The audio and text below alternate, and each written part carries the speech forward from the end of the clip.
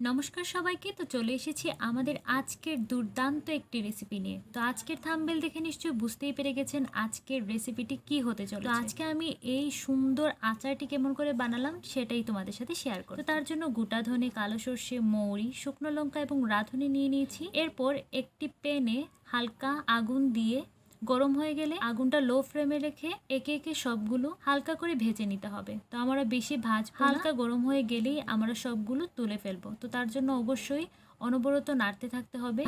ভাজা ভাজা হয়ে গেছে এবং সুন্দর একটি স্মেল বের হবে, তখনই বুঝতে পারবেন এটা পারফেক্টভাবে হয়ে গেছে।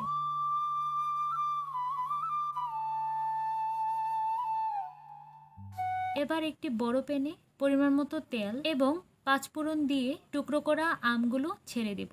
এরপর একটি হাতার সাহায্যে ভালো করে অনবরত নাড়তেই থাকবো যাতে সুন্দর মতো এটি নরম হয়ে যায়।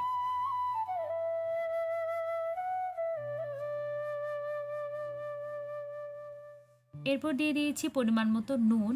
আর এখানে আজকে আমি বাসায় যেরকমভাবে বানাচ্ছি তো সেরকমই তোমাদের সাথে শেয়ার করছি। তো আশা করি এই ভিডিওটি দেখার পর তোমাদেরও এটি বানাতে ইচ্ছা করবে এবং খেতে ইচ্ছে করবে। তো এরপরে দিয়ে দিয়েছি পরিমাণ মতো হলুদের গুঁড়ো। এরপর আবারও হাতার সাহায্যে ভালো মতো নেড়ে চেড়ে দিয়ে দিয়েছি পরিমাণ মতো চিনি। আর এই ক্ষেত্রে অবশ্যই কম বেশি করে নিতে পারবেন, তো আমি আমার মতো করে দিয়ে দিচ্ছি।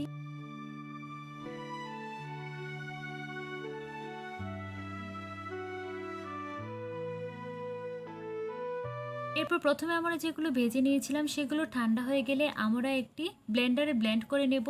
আর ব্লেন্ডারে অবশ্যই গরম অবস্থায় ব্লেন্ড করা যাবে না, ঠান্ডা হয়ে গেলে আমরা ব্লেন্ড করে নেব। চিনিটা একদম গলে গিয়েছে এবং জল উঠেছে, তো এ পর্যায়ে দিয়ে দিয়েছি কাশ্মীরি লঙ্কা গুঁড়ো এবং পরিমাণ মতো একটু ভিনেগার দিয়ে দিয়েছি। দিয়ে হাতার সাহায্যে ভালো মতো নেড়েচেড়ে একদম ভালো করে মিক্স করে নিতে হবে।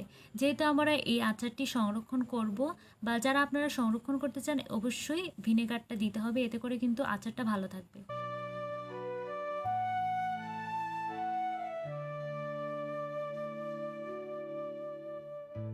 তো এরপর ব্লেন্ড করা মশলাগুলোও দিয়ে দিলাম। আর এই মুহূর্তে কিন্তু এতটা স্মেল বের হয়েছে মানে কি বলবো, মানে অসাধারণ। আর আমার মায়ের হাতের এই রেসিপিটি কিন্তু আশা করি আপনাদেরও অবাক করবে। তো এরপর দেখতে পাচ্ছেন যতই আমি নাড়া দিচ্ছি ততই কিন্তু এর থেকে কালারটা বের হচ্ছে আর এটা সুন্দর। এরপর হাতার সাহায্যে ভালো মতো নাড়াচাড়া করে আমি নামিয়ে নিব। আর এটি আজকের ভিডিওটি আশা করি আপনাদের ভালো লেগেছে। ভালো লাগলে একটি লাইক দিয়ে দেবেন, পাশে থাকা বেল বাটনটি প্রেস করে সাবস্ক্রাইব করে পাশেই থাকবেন।